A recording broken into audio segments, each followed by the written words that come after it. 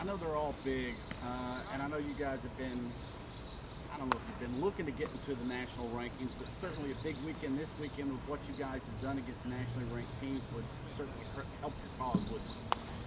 Yeah, I mean the rankings. The only ranking that matters to me is when, at the end of the regular season, if you're in the top six, in the 64 teams that gets to play in the NCAA tournament, because that's so hard to do. It's nice for fans. It's nice for recruiting, that kind of thing. But in this league, especially, really any conference, but especially this league, you can have one good weekend and you're in, and as soon as you're in, the next weekend you're out. But no disrespect to the people that rank teams, but they don't decide who plays in the NCAA tournament. So that means the most to me, and how we're playing means the most to me. So certainly playing Arkansas, there's two teams in this league have elevated themselves above everybody else, and that's Arkansas and Tennessee. And it's because they have consistent starting pitching.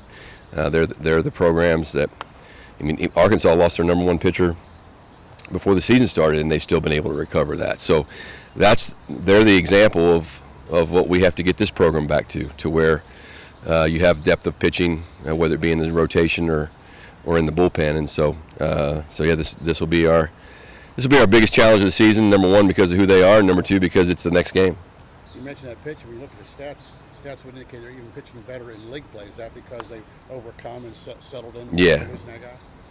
Yeah, I mean, just when you have a coach like Dave Van Horn, who's one of the best in history of our profession, and he's been in that school for such a very long time, you have a true program. And it just replenishes itself over and over.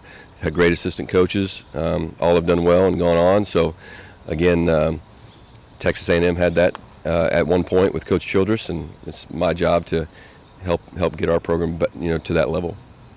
Talked about starting pitching. Nathan Detmer certainly has given you guys a big shot in the arm when he goes out there for this series opener. Yeah, he's becoming everything we thought he could become, and that's a legitimate ace. How he compares to the rest of the league remains to be seen. That'll be proven out every time he pitches. In the last 3 weeks, he's consistently gotten better. Coach Yeski is to be credited for a lot of that, but Nathan deserves the most credit.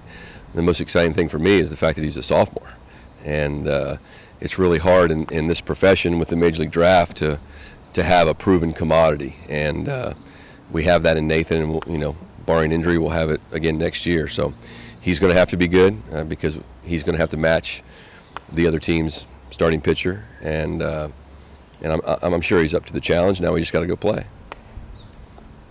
In terms of your bat, you guys have certainly been, I can say, knocking the cover off the ball, especially with the amount of runs that you guys have put together in some innings. Obviously, Arkansas comes in here and they know that A&M's going to hit the baseball. Yeah, and that's the rub in at every level of baseball, and we all know what the old saying is. Good pitching beats good hitting every time. So we'll see. But we have a good offense. We're proud of those guys. The ballparks that we've played in, I think one big difference between the first 4 weeks of the season and now is when the wind's blowing out 20 to 30 miles an hour. That tends to help an offense. The other night, I'm not quite sure Bo's ball and Britt's first ball. Oh, I know they're not home runs in the first 4 weeks of the season when you have the north wind coming in, or Britt's ball probably wasn't a home run, wouldn't be a homer. So our ballpark's going to play more offensive this weekend, which is good for us. Of course, there's two teams that get to play in it. So I watched Arkansas's game yesterday, and it was cold and the wind was blowing in. They hit about 3 or 4 balls those balls will be home runs this weekend here. So. But yeah, we're proud of those guys. It's a deep order. They've done everything we've asked them to do in terms of swinging at strikes and taking balls and getting into deep counts. And so we'll see how it plays out this weekend. What is Trevor Warner's status for this weekend? Obviously, saw him in limited action last week. Yeah, I haven't seen him today. Haven't had a chance to talk to the trainer yet today. It continues to be day by day. He came to me in that first game and said, "Coach, I think I'm good enough to play." And so I told him, as soon as you tell me you're ready, you'll play. And he played and played well.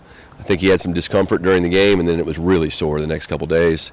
Did some testing, and grip strength on the injured hand was way, way down compared to the healthy hand. So we've spent all week trying to get those two things closer. And then I think the challenge and my quandary, and I've talked to you about it before, is I don't want to play him until we know that his swing is his swing.